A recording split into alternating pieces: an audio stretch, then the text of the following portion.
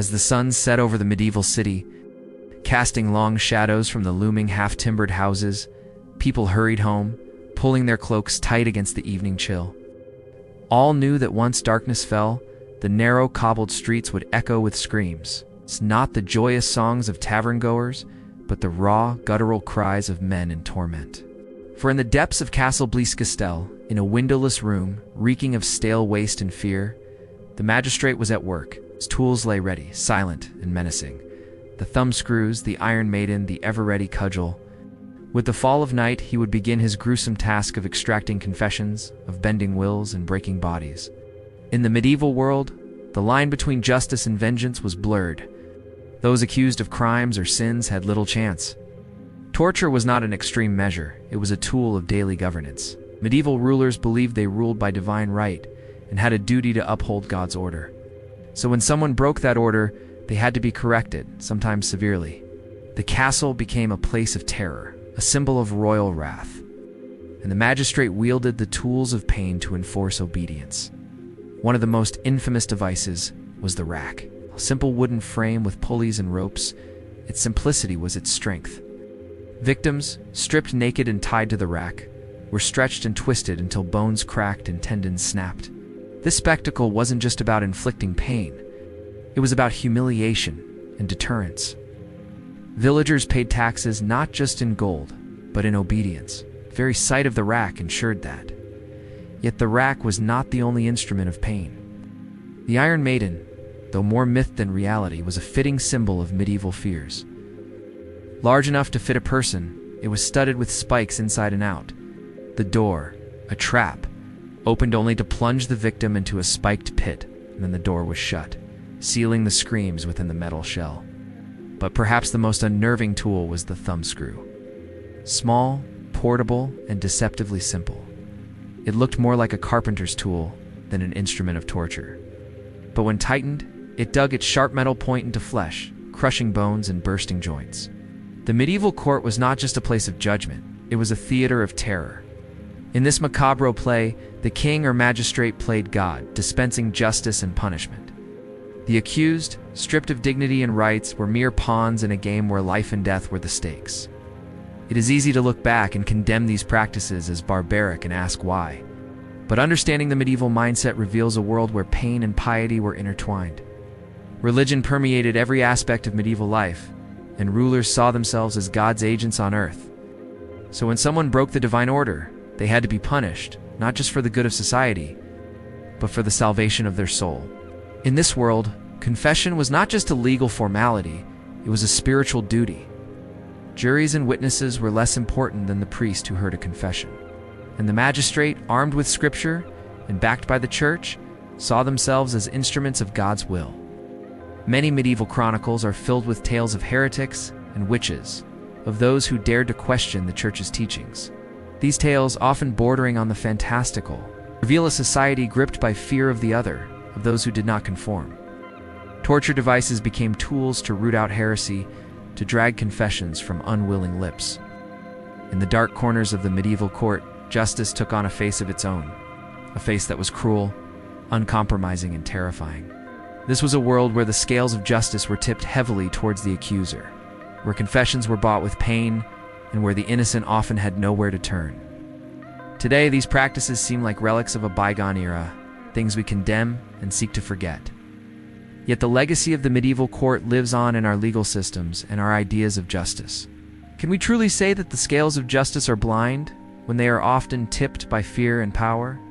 The medieval court may be gone, but its specter still lingers. Its dungeons and its devices serve as chilling reminders of the lengths to which humanity can stoop in the name of justice, order, and control. Medieval torture devices. The rack. In the dim oil lamplight of a medieval court, a figure stood accused. Perhaps it was a peasant accused of heresy, a noble suspected of plotting, or a knight returned from the Crusades, charged with crimes against fellow Christians. As he stood there, the stench of stale sweat and fear hung heavy in the air around him. He had protested his innocence, but his pleas fell on deaf ears. The judges had already formed their suspicions, and nothing he said could dissuade them. Suddenly, two burly guards approached. They signaled to each other with a subtle nod and swiftly bound his hands behind his back. Before he could react, they dragged him through a tapestry curtain, disappearing from sight. Behind that curtain, muffled sounds of pain and metal moans resonated. What had just transpired was not uncommon in the courts of medieval Europe. The accused had been selected for a special kind of justice through torture. The rack, it was one of the most infamous of these instruments of justice, a tool designed to refine silence into confession. Its operation was brutal in its simplicity. Wooden beams groaned, iron gears clicked, and ropes pulled tighter with each deliberate turn. The rack was not a weapon of the battlefield, but a tool of the courtroom. It stood as perhaps the most infamous of all medieval torture machines. Not because it killed quickly, but because it unraveled its victims, joint by joint, scream by scream. The rack stood as a constant fixture throughout the medieval period, appearing frequently in illustrations and written accounts.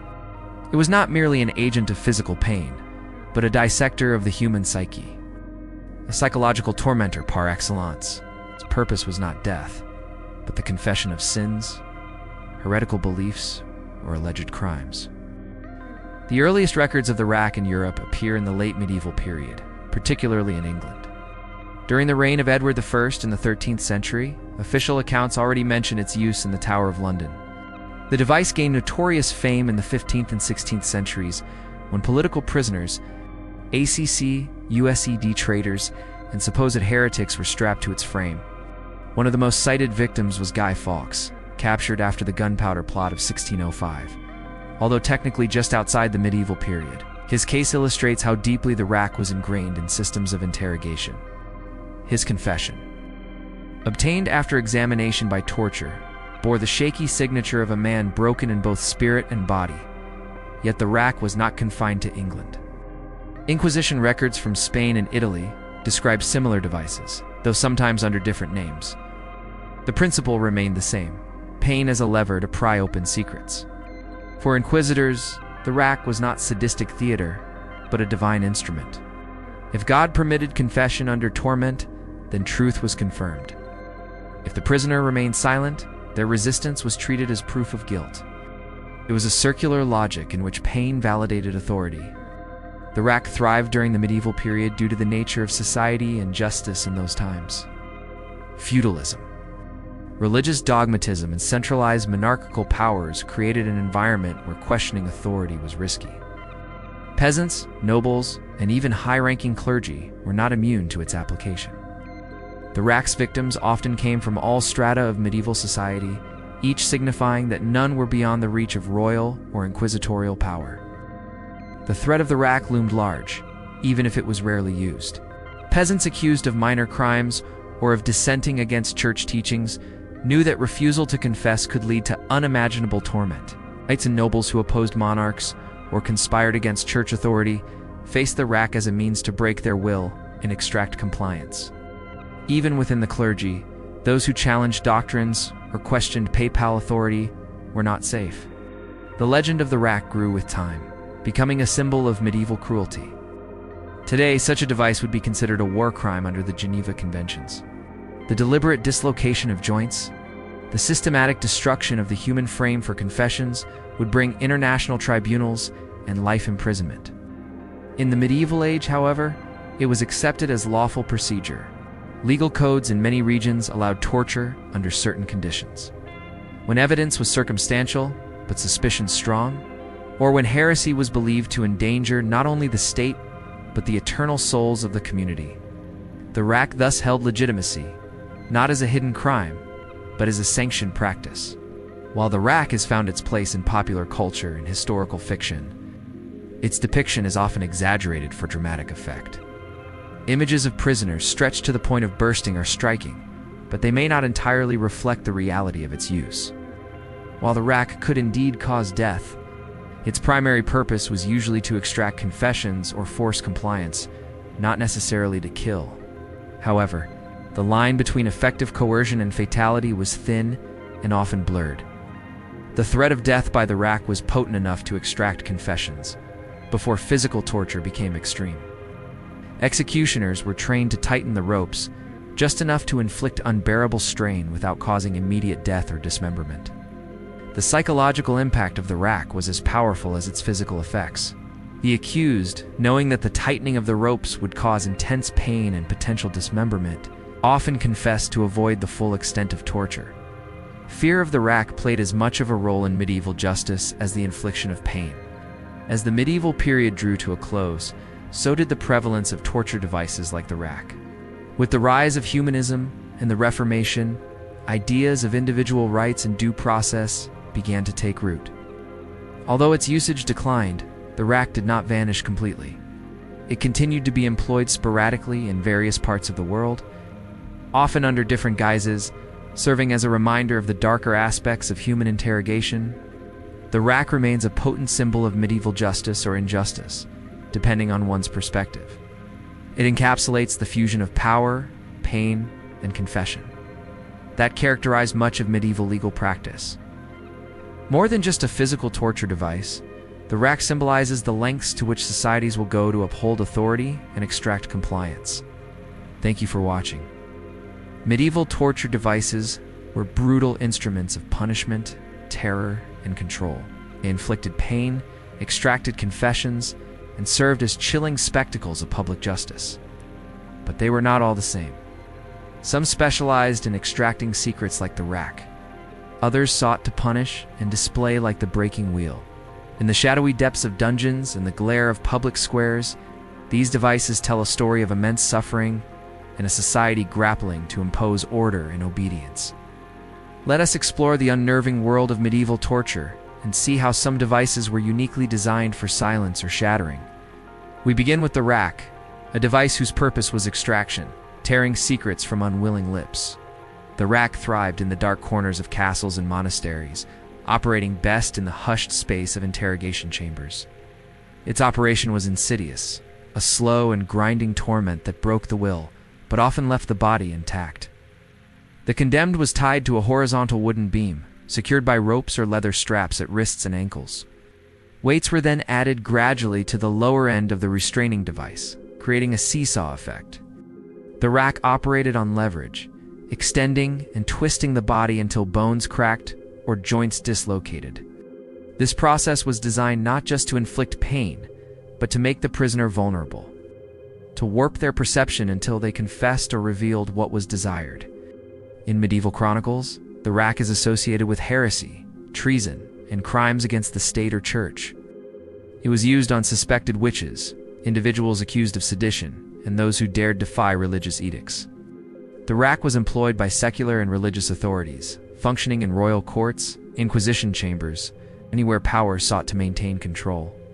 It was silent in its operation, its sounds muffled within four walls.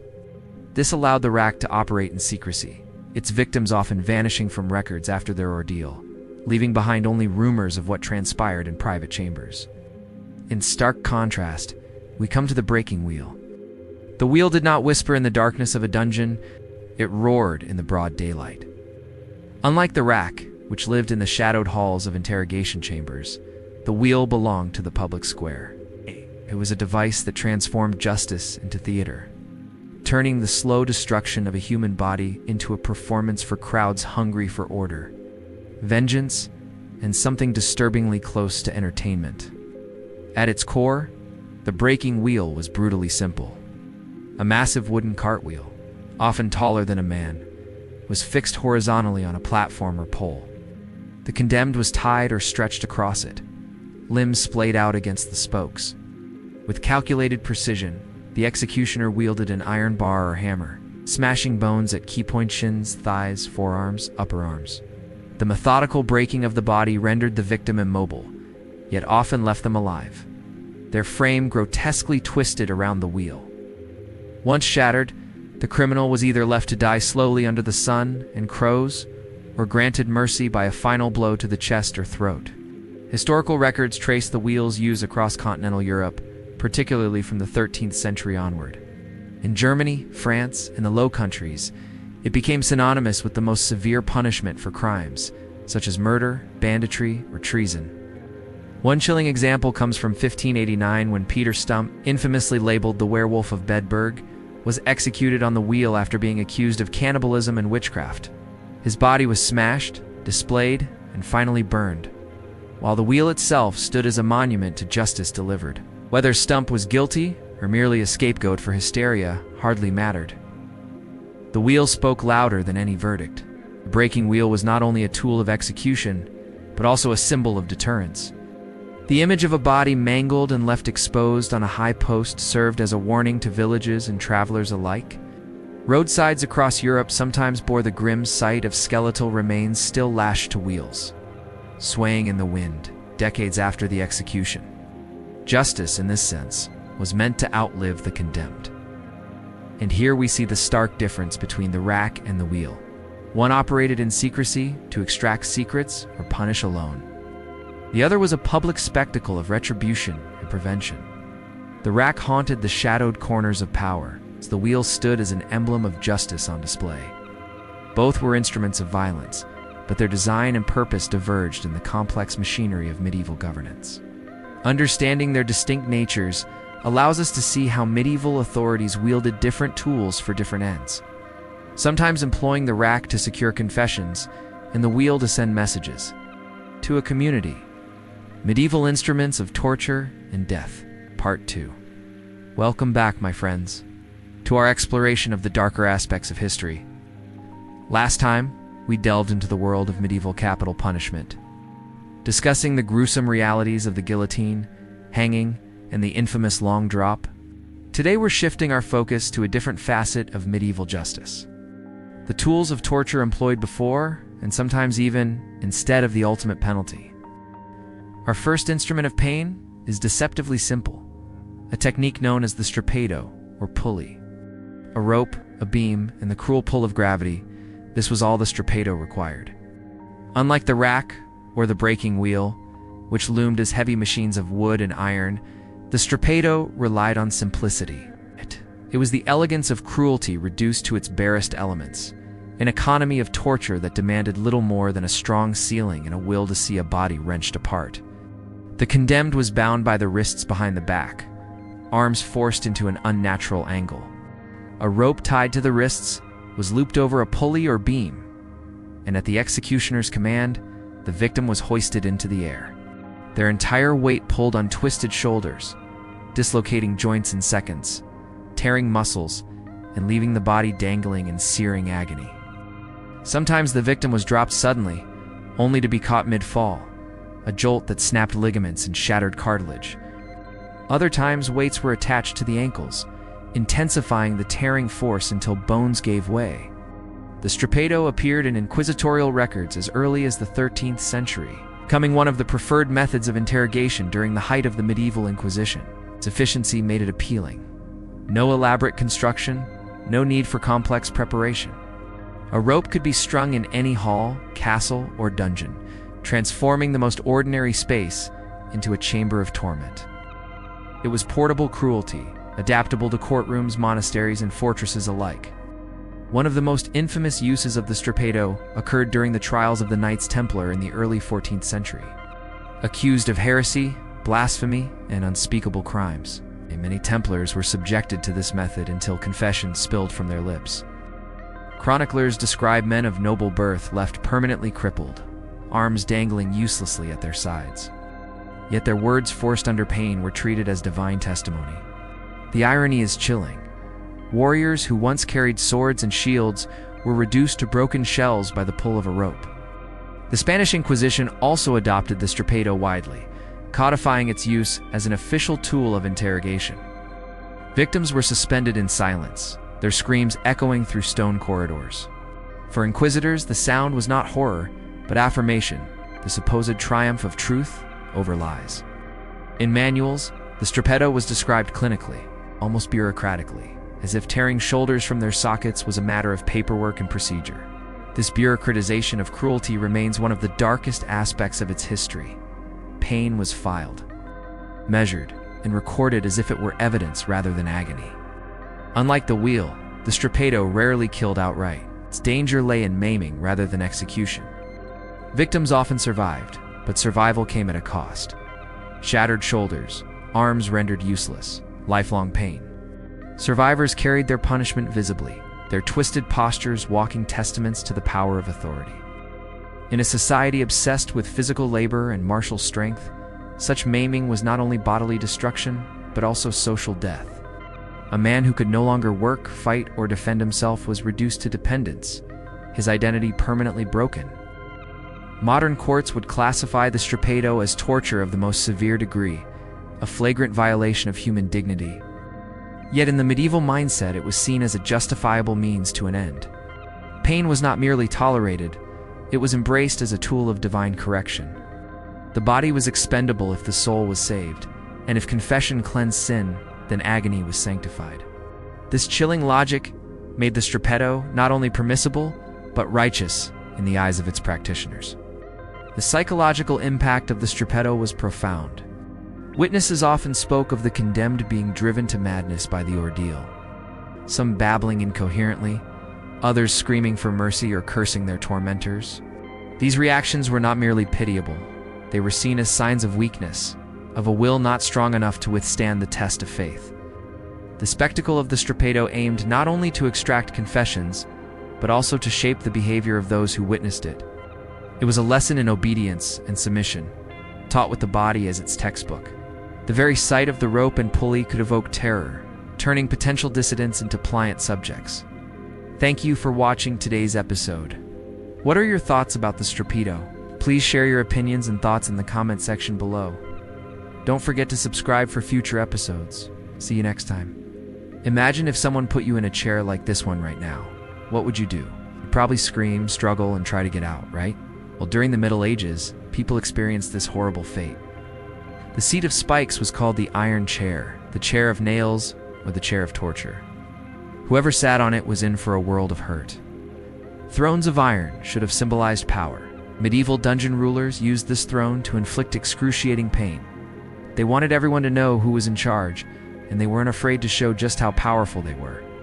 Kings would lounge on fancy chairs made of oak wood and covered in velvet, while awaiting their turn in the proverbial barrel. But the poor souls condemned to the Iron Throne didn't get any fancy treatment. The chair itself looked like your typical heavy chair with a tall back and sturdy armrests. But everything about it was designed to cause pain. Hundreds of spikes covered the seat, back, arms, and even the footrest. The victim was strapped in tightly so that their body would press against the sharp points. Every twitch, every gasp, every desperate attempt to shift would only dig the spikes deeper into their flesh. Some versions of the chair included iron restraints heated over coals. Imagine the searing pain of flesh burning, while spikes dug deeper with each movement. Other models had holes underneath the seat. Fire could be lit directly underneath the victim, turning pain into a prolonged spectacle of smoke and screams. Historical accounts show that various versions of the iron chair were used across Europe. Records from Germany, France, and Italy tell of its use during the late medieval period and into the Renaissance around the 15th and 16th centuries. The earliest references suggest that it was used not only as a tool of torture, but also as a stage for humiliation. The victim was displayed immobilized in full view of judges or inquisitors. Their body was punctured and burned, and their screams echoed through the chamber. In some cases, the chair was placed in public squares where townsfolk could watch the criminal's torment. Unlike the breaking wheel, which shattered bones in a violent spectacle, the iron chair inflicted a slower, more intimate kind of agony. The spikes didn't kill immediately. They pierced the skin, drew blood, and created wounds that festered over time. When combined with heat, the chair prolonged suffering to the point where death arrived not swiftly, but as a drawn-out collapse of flesh and will. A person strapped to the chair had no way to escape or relieve their pain. All they could do was scream and hope for mercy or death to come quickly. But as we said before, death wouldn't come quickly. It took a long time for the wounds to become infected, and for the body to shut down. Sometimes it took days, even weeks. So imagine the toll on the body and mind during this excruciatingly slow process. During this time, the iron chair was often used to punish those accused of witchcraft or heresy. Inquisitors wanted suspects to confess their crimes, and if they wouldn't talk, then the inquisitors would use torture to make them. One minute they would ask questions, and the next they would strap the suspect to the chair. The scene must have been terrifying. Here you are strapped to a chair with hundreds of nails sticking into your body, and then these men start poking you with red-hot pokers. Inquisitors used the sight of a victim writhing upon a spiked seat as proof of divine justice. The logic was chillingly consistent. If a witch or heretic confessed under torment, the confession was treated as proof. If they refused, their silence condemned them all the same. The iron chair was not a hidden crime, but an official seat of judgment, a literal throne of pain where authority reigned. It may sound crazy to us today, but back then it was justified as a necessary evil. People believed it was necessary to torture suspected witches and heretics because they were dangerous to society and needed to be stopped at all costs. Today we would call the iron chair torture, and it would be illegal to use such a device. But during the Middle Ages, it was considered a normal way to deal with people who broke the law or were suspected of crimes. So what do you think? Would you rather be tortured on the iron chair or by being thrown into a pit of spikes? Let us know in the comments below. And don't forget to subscribe for more videos like this. In the heart of London's Tower of London sits a small, unassuming museum dedicated to the history of torture. Among the many gruesome objects on display there, few are as unsettling as the so-called Pear of Anguish. This strange device, shaped like a pear and made of cold, hard iron, is said to have been used in the 16th and 17th centuries as a tool of punishment, specifically designed to punish those who committed crimes against the church. It's like blasphemy, heresy, or other moral transgressions. The pear was allegedly used to extract confessions or serve as a warning to others who might consider straying from the righteous path. Legend has it that the device worked by inserting it into a person's rectum, where it would expand, causing intense pain and agony. As the metal petals of the pear pricked into the flesh, the victim would be forced to confess their sins or renounce their heretical beliefs. If they refused, the executioner would then turn a screw in the center of the pear, causing it to expand further until it tore the victim's insides apart. Despite its notoriety, historians still debate whether the Pear of Anguish was ever actually used. Surviving specimens of the device exist, often dated to the 16th or 17th century, which places them on the edge of the medieval world, or even beyond it. However, there is little evidence that it was ever actually used in the way legend suggests. Court records and inquisitorial manuals from the period make no mention of the pear, leading many scholars to suspect that its role was exaggerated or invented by later generations. Some researchers argue that these objects were never intended as instruments of torture at all, but instead served as symbolic creations, ceremonial tools, or simply curiosities that gained a reputation as being sinister and scary. While there is no denying that the Pear of Anguish is a disturbing object, the notion that it was widely used as a torture device seems highly unlikely. The lack of any concrete evidence has led many historians to conclude that the pear was nothing more than a sensationalist curiosity, a macabre plaything for the rich or powerful, if it was used at all.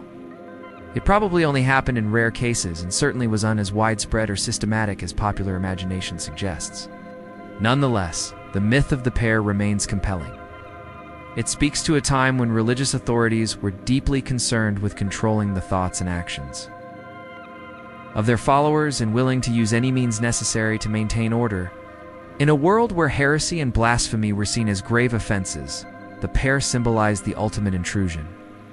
The violation of the most private and personal aspects of human experience, whether real or mythical, became a potent symbol of religious intolerance and the lengths to which those in power would go to enforce conformity.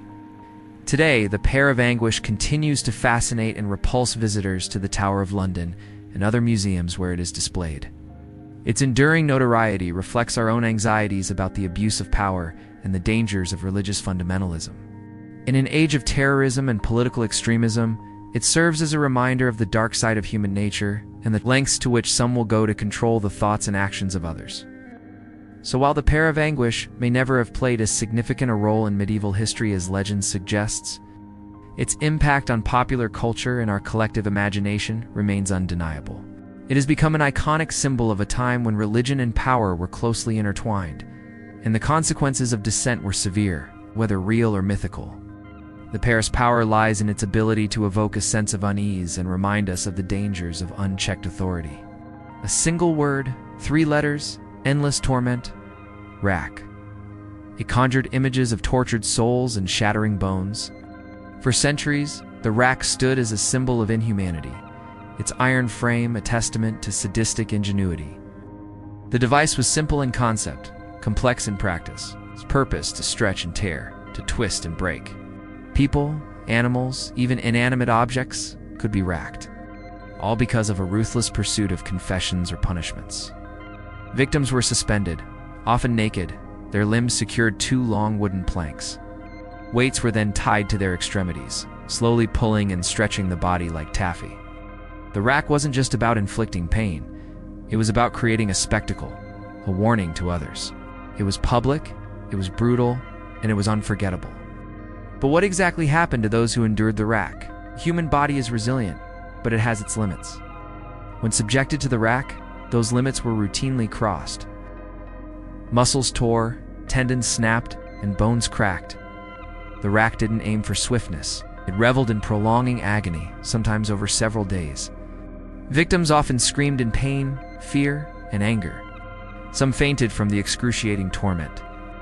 Others bit down on whatever they could to keep from screaming, revealing their torment to an audience that reveled in their pain.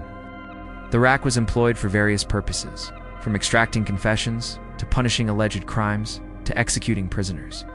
It was a tool of interrogation, revenge, and display of power. Its usage varied across time and location, but the basic purpose remained the same: to cause excruciating pain.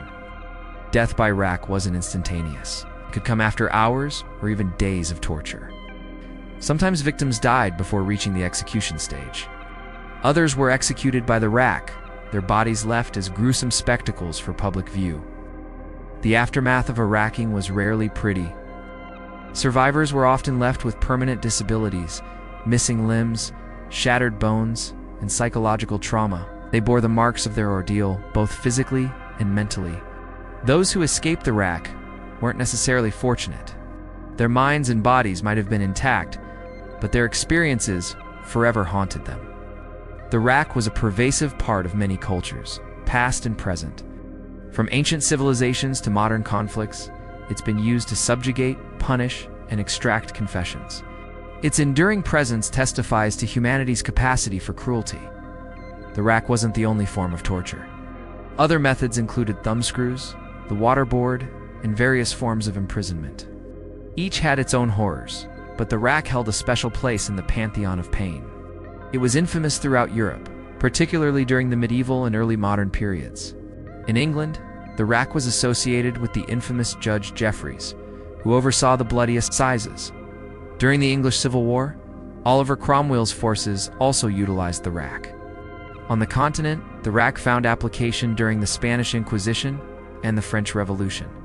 Throughout these periods, the rack wasn't just a method of punishment. It became a symbol of authority, a representation of the arbitrary and merciless power of the state. The legacy of the rack continues to resonate. It remains a potent symbol of totalitarian regimes featured in literature, film, and art. Its haunting presence serves as a reminder of the depths of human cruelty and the lengths to which power will go to maintain itself. The rack was more than a device. It was an instrument of power, a symbol of terror, and a testament to the darkest aspects of human nature. While thankfully no longer widely used, its legacy continues to remind us of the importance of opposing tyranny in all its forms. The rack was one of many torture devices that scarred history. It shared company with others, like the thumbscrews, the wheel, and the waterboard. But it was the rack that held a particular notoriety. Its ability to stretch, tear, and break the human body made it a standout in the realm of pain.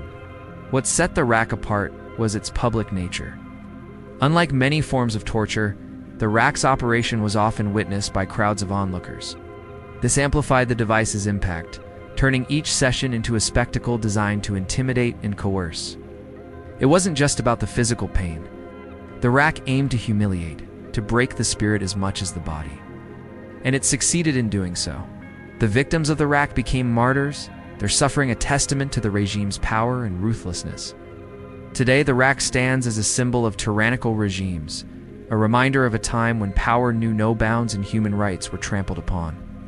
It serves as a cautionary tale, reminding us of the lengths to which those in power will go to maintain control. The rack was more than a torture device. It was a statement, a threat, and a warning. Its echoes reverberate through history, urging us to stand against tyranny and fight for justice and equality. As we reflect on the dark chapters of our past, we must remember and learn from the horrors of the rack, ensuring such atrocities never repeat themselves. Known across Europe as the boot, the Spanish boot, or simply the boot, this device reduced human legs into pulp beneath the weight of wood, iron, and wedges. While other instruments of torture targeted the body's flexibility or its senses. The boot crushed the very pillars of the human frame.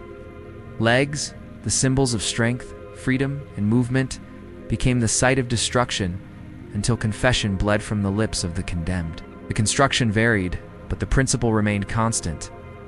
In its simplest form, the boot was a pair of wooden or metal planks fitted tightly around the victim's lower legs. Once secured, wedges of wood or iron were hammered between the boards, and the flesh, each strike driving the planks closer together, each blow sending shockwaves of pain up through the bones. More elaborate versions were crafted entirely from iron, encasing the leg like armor-turned predator. Screws, hammers, or wedges tightened the embrace until shin bones splintered. Marrow burst and the victim's cries filled the chamber. Historical accounts record its use across the continent, from Spain and France to Scotland and Germany. The Scottish Covenanters of the 17th century, accused of defying royal authority in matters of religion, suffered under a variant called the buskin. Prisoners were bound in iron frames and wedges were hammered in until their legs were shattered beyond repair.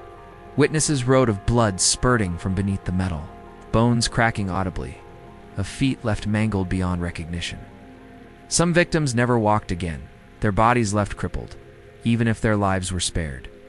The Spanish Inquisition, too, is often linked to the boot. Manuals and reports suggest its use in extracting confessions from heretics accused of blasphemy or witchcraft. Though not as widely documented as the rack or strappado, the boot's reputation spread far and wide, whispered in fear by those who knew that their legs, the very foundation of their existence, could be reduced to ruin in moments. Unlike the thumbscrews, which attacked the hands, the boot carried a more devastating symbolism. The legs represented movement, the ability to flee, to resist, to stand firm. By destroying them, interrogators reduced the victim to immobility, stripping away independence. A man who could not walk, could not rebel, could not fight, could not even stand in defiance. The boot transformed strength into vulnerability, making the prisoner's broken body the ultimate sign of subjugation. The sensory horror of the device is described vividly in chronicles and testimonies. The sound of hammer blows striking wedges echoed like drumbeats of doom. Each impact forced splinters of bone through flesh, producing a crackling chorus of agony. Victims screamed until their voices broke, sobbing between blows as pain spread like fire through their limbs. Blood seeped from the seams of the device, staining floors and walls. The smell of iron mixed with sweat and gore turned the chamber into a shrine of suffering. Today, such a practice would be prosecuted as the severest form of torture, leaving permanent disability in its wake. Modern international courts would classify it alongside mutilation, amputations, and war crimes. But yet, in the medieval and early modern context, the boot was accepted as legitimate. To authorities, it was not cruelty, but necessity, a sanctioned method to crush lies and reveal truth. The irony was that truth mattered less than submission. Once legs were destroyed, resistance, physical and mental, was broken as well. Boot's adaptability made it versatile. Some versions were heated before application, turning iron into an oven around the leg. Others incorporated spikes inside the frame, puncturing flesh as wedges drove bones apart. In some accounts, the boot was used not only on legs but on arms, tailoring destruction to the body part most symbolic of the prisoner's crime. Whatever the form, the result was always the same: crippling agony, irreversible damage, and the erasure of defiance. The boot also carried a powerful public message. Survivors, if they could be called that, often emerged permanently disabled, hobbling or crawling, their shattered legs living warnings to others. Communities needed no further reminder of authorities' power. The crippled body was testimony enough, a silent sermon on the futility of resistance. In societies where physical labor and martial service defined identity, to lose the use of one's legs was not only bodily ruin but social exile. Legends magnified the boot's reputation. Woodcuts and pamphlets from later centuries depicted exaggerated scenes of legs crushed to dust, of blood spraying from between iron plates, of prisoners begging for death. Whether these depictions reflected reality or propaganda, the effect was the same.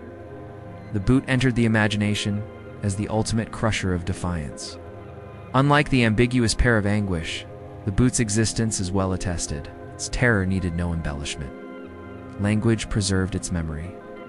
To be put in the boot became a phrase for extreme coercion, a metaphor for unbearable pressure. Even long after the devices themselves were discarded, the idiom endured, carrying with it the echo of hammer blows on wedges, the crack of bones, the screams of the broken. The Spanish boot reveals the essence of medieval justice in its starkest form. It was not swift execution but prolonged destruction, designed to leave an imprint not only on the victim but on society. It was justice as mutilation, authority as a hammer, truth as shattered bone. The rack stretched, the wheel shattered, the strappado dislocated, the chair impaled. The screws crushed hands, but the boot reduced the human frame itself into rubble, grinding the foundation of identity into dust. And still beyond the boot, the gallery of medieval devices continued. Some instruments silenced tongues, others pierced ears, still others suffocated lungs. The medieval imagination found no limit in turning iron, wood, and rope into extensions of fear. Each machine was more than a tool, it was a message written in flesh. In the realm of medieval life, where every nook and cranny is steeped in history, let's talk about the grim reality of executions. While medieval torture devices inflicted pain and suffering, executions were a whole other level of finality.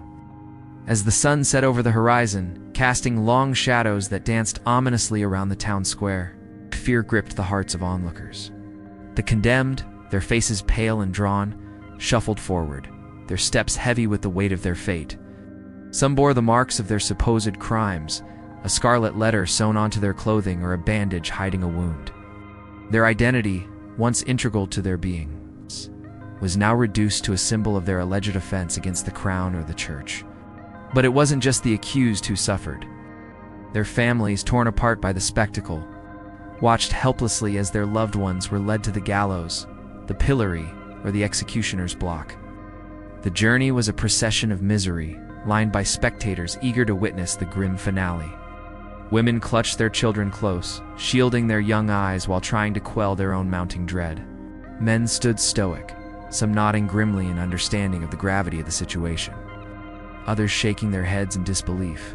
Every face told a story of mortality, of lives lived under the constant shadow of injustice and the capricious nature of power. The spectacle wasn't just a punishment for the condemned, it was a public display of authority.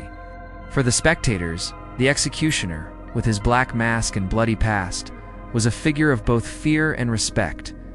His every movement was precise, efficient, a grim ballet honed through years of morbid practice. In his hands, a simple axe or sword became an instrument of finality. At the gallows, the condemned were given a last chance at salvation. A priest offered words of comfort and forgiveness, hoping to soothe their troubled soul before the final moment. The rope, rough and unforgiving, was adjusted, ensuring there would be no escape. The trap was sprung, and the crowd watched, some with bated breath, others with averted gazes.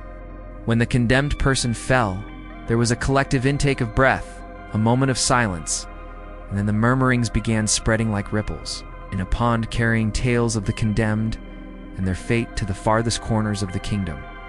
In the pillory, the condemned was immobilized, exposed, vulnerable. Some were left to die of starvation, their thirst for water painfully evident in their parched lips and vacant eyes.